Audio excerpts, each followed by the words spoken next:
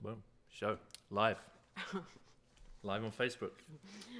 Dan just told me that this is his first time going live ever on Facebook. So It's true. hopefully we get to see who comes in here. We're just going to jump right into it because I don't even know. We have like 25 people in the group or something. So I don't even know where. I know Tatiana isn't even online. So she's one of our people. So we just wanted to hop on. This is our Sunday stream that we're going to be doing every week on Sundays after the kids go to sleep. So you don't hear screaming in the background or screaming from me. So there won't be a definite starting time. Yeah. And we're just going to go over everything that we talked about on Instagram and on social media this week. So this week we talked about, this is the longest week ever, by the way. I don't know why it was so long. Strengths and weaknesses we talked about on Monday. It's a really long week. Strength and weaknesses we talked about on Monday. And I specifically said to figure out what your strengths and weaknesses are so you know like what your roles are in your company. And it took us, we've been together for almost 13 years, and it just took us like until February of this year. But I think it's super important. We've been, you said we've been fighting each other basically because we're so different. And when you own a business with your spouse especially, it's very important because most of the time you're probably opposites like we are. Mm-hmm. But that's the point. That's the joy of making this list of things that you have as strengths and weaknesses, because you can weed out the areas that you're not strong and hopefully influence your partner to, take the lead on whatever you're weak at, and, two heads are better than one, always. Like killing spiders. Killing spiders. I refuse. I also refuse. I just put them outside. So that was what we talked about on Monday, the strengths and weaknesses, which is like, I feel like it's step one especially if you're going to, together own a business. And this is our first time owning a business together. I've owned businesses. I own a business by myself, but this is the first time actually I have to incorporate his ideas, which is hard for me because I'm very type A. I'm very controlling. Don't shake your head. Just kidding. I guess that's a strength and a weakness, really, isn't it? In certain, sure. It's not a pure science, because you have different situations where a strength sometimes becomes a weakness. So you have to really sit down and work out what your plan of attack is in each scenario. Even I'm trying to think of an example in the last couple of weeks, but I tend to just throw ideas out like a crazy man. I don't really. And then I'm like, no, not that. I don't right. Like that. But if you want an idea, I'm the guy to talk to, because I'll just keep going and going and going until something sticks, and that's a strength. But sometimes I'm sure she wants to just say, "Shut up! Stop giving me suggestions." Just it's an adjustment for me, because I'm used to not having to run ideas by anybody because it's my business. But I'm getting used to it. And it's good because like I said, he's the balance. Everything I'm crappy at, he's good at, thankfully. Yeah. And coming from the corporate world, everything has to go up a chain of command. So for me, at least, it's always, you got to go check with the boss, check with the manager, check with the guy above. And so not having a structure of kind of running ideas against each other just seems alien to me. Like, again, 2 heads, 4 heads is always better than one, and you're always going to see things that the other person is not going to see, potential advantages, disadvantages of a strategy or whatever. So I think that's why we chose it as the first day, really, because it's something you need to sit down and really think about, because it's going to affect your whole career, how your whole life even. It's, you know, you gotta work to your strengths. Yeah, it's true. So, what did we talk about on Tuesday, Daniel? So Tuesday was I just made that up. make moves, not excuses. Well, yeah, I mean that's it. Just getting started is Half the battle. more than half the battle, really. You're going to sit there, and I'm talking from experience, you're going to sit there and you're going to make every excuse you can to not get moving, every distraction. We'll probably talk about that later. But you're going to put as many blocks in front of you as you can to not achieve what's in your mind. And in this day and age, there's really no excuse. There's no excuse to not be getting out and making moves and trying to make whatever you want to build a reality in your life. And that's what Tuesday was about. That was Tuesday's motivation. It was more of a motivational video rather than like an instructional video. But it's easy to make excuses.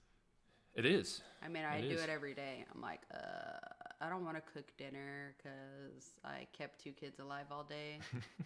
And I worked and I did all of these other things, and it's just so easy to make excuses as to why you don't want to like jump into it, but you kind of have to. You kind of have to just jump. Really, I mean. Yeah, because if you're not, somebody else is. And that was the point I made in the video. If you're not making the moves today, there's going to be someone else that's firing on all cylinders, that's going to be ahead of you, and one day can make all the difference in business. I mean, if you're talking about, I mean, it happened to you with the VR thing. Yeah. I mean, I started a company with the intention of marketing a VR product, and through a combination of kind of bad luck with different people and just not being assertive, I missed the boat on it. So, you know, and now I see there's a guy that's doing exactly what I had planned. He's probably making very successful hundreds of millions of dollars, pitching to network TV stuff. You know, so it's again, you're gonna regret not starting today, and that's my big message from that video. Get going, just fucking start. Yeah. And don't relay it to other people. Don't put your success and need to start onto somebody else, and you should never blame another person, or because at the end of the day you're in control of yourself, so you have to get going. And if you use someone else as an excuse, it's bullshit. It's always going to be bullshit. There's no reason you can't get up out of bed and get going.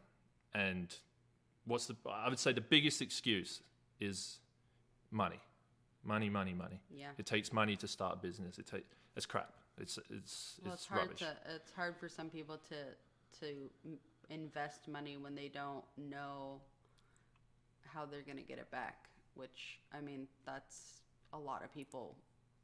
It's not like you're not alone in that, and it is scary. I mean, I was just talking today about how I took out a credit card so we could go see Tony Robbins next month, and that's scary. Like, I have debt now because I wanted to, but it's an investment, and it's the same with time. Your time is an investment, so you need to use it wisely. In fact, for me, I rate time way higher than the money, because you can get to a comfortable point in your life where you have enough money to live to a reasonable degree. You might not be super rich, but you've got rent covered, you've got your bills covered and such. But time is always slipping. It's always going. And that's a commodity that you're never going to get back. You're never going to recoup that in any way. Mm-hmm. So again, today's the day. Get started, get moving, put your idea down. Shut up. Run it off people and just get fucking moving. I wasn't telling you to shut up. I was just saying, shut up. Shut up with the excuses. I'm sorry. So yeah, that was Tuesday. Wednesday was a slightly different one. Yes, Wednesday was the hard lesson that I learned. Yes. So elaborate. Tell the story. I told it briefly. I mean, bearing in mind we are Currently streaming on Facebook Live. I know. Don't ban me because I'm about to talk shit. Okay. So I've been banned off Facebook before. I own a boudoir business, so there are people in this world that are prudes and don't like seeing pictures of people in lingerie. I don't know why. Whatever, besides the point. So in March, I spent quite a bit of time on a Sunday scheduling all my posts for the month, and then the next day someone reported my photo. That wasn't a violation of anything, and I was banned for 30 days, and I'm still really recovering from that ban because my engagement was down. I'm not on Facebook, and because of that ban, my Instagram was shadow banned as well. So it was just like a double whammy, and it was just it makes you realize, wow, you really honestly have no control over it. You don't own Facebook, Instagram, Twitter. You don't own any of those followers. If they went down tomorrow, how are they going to talk to you? How are they going to find out about you? You have to do the email list, which I started to do probably, I don't know, January. I think I started before that, but it's just, oh my God, it sucked. It's really sucked. Yeah, I think the lesson here is that obviously all these platforms are great outlets for, the business expression, especially Instagram, which I haven't used a lot until recently. So I've been kind of learning, excuse me, the in and outs of Instagram. But you have to realize that it's a free platform. They're all free platforms to a certain extent. And if you tie in your business model with a free platform that you are not in control of, there is every possibility that your business plan and your business output will be impacted in some way. I mean, even if the website just went down for 24 hours, that's 24 hours. Well, that's what happened to us with Instagram, wasn't it? The other day. Instagram was down for... So we're not Apple users. Don't tell anyone. Don't hate us. So it's like you've lost that's potential revenue, that's potential clients. At the very least, it's potential exposure, which you're missing out on. Now, of course, what's the remedy to that? Well, you can push to an email list, sure. That's a little bit antiquated these days, but you have to have your own fallback as far as putting out media and putting out content. If it's your own website, maybe if you're doing videos regularly, you then have to switch back to doing maybe only an audio portion for that day, and you just put it out on a podcast site. Whatever the approach is, you have to have a fallback, because again, we learned the hard way that's a month of sales that were impacted, and it was, and it wasn't, and we're not just like bullshitting here. It greatly hurt her business for a month. So if I find you, I will kill you. But the reality is, I will. Back to the point, you don't own any of this, so you have to be prepared. You have to have a backup plan, a backup distribution. These are things that trickle out into regular business. Like if FedEx is down and you have to ship things, what do? Do you not ship things for a day? No, you've got to find alternative ways to get your product out. So start thinking about that. Think about how you can leverage different platforms, maybe smaller platforms, which sometimes are more reliable, because not a larger user base, and just really start, making new accounts and getting that ready and having a plan. And you have to be ready to go execute, because again, everyone else is doing the same thing. Everybody else will be looking for another avenue to get their content out. So be prepared and be ready. It's funny because my dad is like so old school. Like my dad has owned businesses since before there were fucking computers, probably. I don't know. When was the first computer? No, he has. So, I mean, he's so old school, and he's built businesses without social media whatsoever. Like, he has a Facebook page, but it pops up on my page when somebody messages it. My dad doesn't give a shit. Like, and it's just crazy how different it is to build a business now than it was then. Like, back then it was, I get to know these people, I make actual face-to-face connections with these people, and then they keep coming back to me, and then they tell other people about me. Now it's like, you get online and you post a picture and you're like, hire me. You don't know who I am, but hire me, you know? And it's just, it's crazy. I kind of almost wish we could go back to where it's not totally social media driven. Word of mouth has its own pitfalls, you know. Word of mouth can also, like, if you mess up with a word of mouth system, you're not, you're never coming back. Well, you're talking about social media now. You screw up with one person, they blast you all over the place, and it gets around, or it goes viral, and then you're an asshole to everybody in the world. You rebrand. You start a new company, you rebrand. That's it. They'll never know it's you. Change your face and move to a different country. Big corporations do that all the time. You're out of frame now. Yeah, sorry. Big corporations do that all the time. I mean, I'm trying to think. AIG, rebrand, new name, no one knows. New generation, no one cares. Anyway. So Thursday. Thursday was your video. Distractions, and I had a whole write-up almost done, but I didn't get it out this weekend. But I will have it out this week. Kind of going more in depth on the whole idea of what, for me, distractions are. And it's a weird one because I am the most distracted person on the planet. And I know, back to the start, it's a weakness. But I can be sitting at my computer trying to get work done, like, you know, finishing the article about distractions. And, you know, YouTube, one video becomes 10 videos, and playing pool on his phone with people from a different country. Yep. Jumping on Twitch will get me for hours.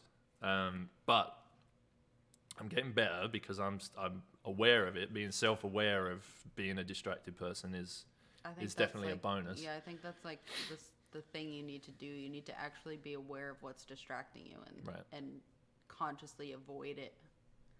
Right. Which is hard, but necessary. I deleted all the games off my phone. No, you didn't. I did. Today? Last week I did. I mean, I didn't want to be the guy talking about distractions and then not live it. Except for the one that you were playing yesterday. Well, that was whatever.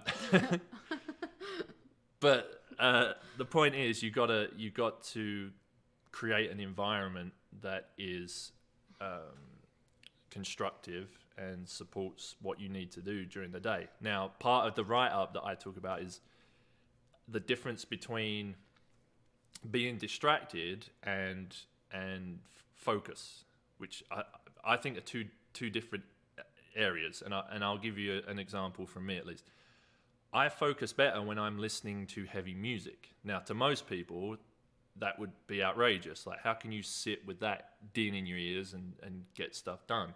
But that's how I focus. What, like Slayer? It's anything, but heavy metal. That's how I get through the day. If even at work, if I need to get specific work done, whack the headphones on, off I go, and that's how I focus on things. Now, for everyone else, it obviously wouldn't be that, but you got to find what helps you focus too. So eliminate the distractions and create the environment that helps you work. And I think a lot of it can be traced back to how you learn. Now, again, when I was at school, that's how I do homework. I would have headphones in, I'd have music playing, and I would just sit there and do my homework or study, and I could revise with the music on. So I think that's a good starting point, is go back and think, how do you learn? What's your best environment for learning? And I think that will jump pretty well into what's your best environment for work and for being productive in the workplace. Now, there's going to be 100 things throughout the day that are distractions that you have to go and address. Like, Our kids You, asking for water. you have a every 2 phone call. fucking seconds. You have a phone call, I want a snack. right? You can't ignore a phone call. You have to go and take the phone call. That's business. That's, unless you have something set up with an admin or whatever. Yeah. But that's a daily distraction that's going to stop you from whatever your tasks were. So again, try and think of a way to lessen that. If you know you're going to get phone calls throughout the day, pick an hour where you take phone calls and you answer voicemails and whatever it is, and block it off that way, so that if you know there are distractions and they're part of the business, you have to address those at a certain time. Pick an hour, just go with it, bash out all your emails, boom, and then get back to the high level stuff. So like I said, I've got a bit of a more in-depth write-up that I'm working on, and we'll post that in the group this week. And on Friday we just chatted about just the mental health aspect. Yeah. Friday was being depressing. Yeah, being an entrepreneur is I read, I can't remember what the exact percentage or number. I think it was like 1 in 3 entrepreneurs have depression and or anxiety. And I it's kind of, it makes sense, but it's to the point where it's like, if we need to take it seriously. Like, you have to take care of yourself, or there's a reason that in airplanes they make you put your mask on first before you help other people. If you think of it that way, you have to take care of yourself before you can help anybody else, or expect for people to hire you when you can't even, how are you going to take care of me if you can't take care of yourself? That kind of thing. So that was a depressing little, it wasn't planned, but it was needed. And that was that. Well, I think, like, as a side note, people seem to think that being the head of a company or a leader, or even if you've got 2 staff or 2,000 staff, that you get there because you're some kind of invincible, bulletproof kind of person that nothing's ever going to affect. But the truth is, even in a mid-sized company, the boss is going to go home and he's got the weight of all those people riding on his shoulders every day, and yeah, money doesn't mean anything. Yeah, you go home and you think, well, I've got my weekend off, and the boss has got the weekend off, so he's probably doing the same shit I am. But he's in the back of his mind, he's thinking, oh shit, yeah, did I forget something? If I make a mistake, then all of my people that work for me don't have jobs anymore, and people, know. And that's a big burden to take on for anyone, like strong-willed or otherwise. That's a huge undertaking, and I think a lot of people dismiss it, and then when somebody does something that's tragic, they're oh, I'm so shocked. And it's honestly more common than people would think. Like, high profile celebrities committing suicide gets in the news, but there's probably hundreds of people that run businesses that just reach that point. So I guess whether you're an entrepreneur yourself, or you're just interested in some of the business stuff, just look out for people, really. There's always signs and things that people say, and just look out for each other and just try and be there. And one conversation can change a situation like immediately. So that's it. That was a kind of morbid one. That's true. I know. Well, it wasn't planned. It was relevant. It was relevant in the times. Next week we're going to talk about visibility. So we've got I've already recorded my videos. I don't know if this guy has. I'm pretty sure he hasn't. He was doing our laundry today. Well, I was also, putting together this fabulous presentation. He was also doing our laundry. Fabulous presentation. So if you watch this, in the comments, let us know something. so we know what time you're watching it, because we need to know. Not that like we can adjust it too much, because again, we have to wait until our children are asleep. Maybe they'll make an appearance one day. Yeah, but you won't get very much information that video. We're gonna it'll probably be after 9 every Sunday. We'll try and hit it. We're gonna stick this kind of into like archive footage on YouTube. So I didn't actually post the YouTube link because I didn't put it out yet. But that's all right. If you go search the we'll post it in YouTube the group. Link, we'll put it in the group, and then obviously all the other social stuff. If you haven't yet, go and give us a follow on there, and we'll see you next Sunday. You next Sunday on Facebook Live. Is this going to be backwards? No, I don't think so. Is it backwards? No.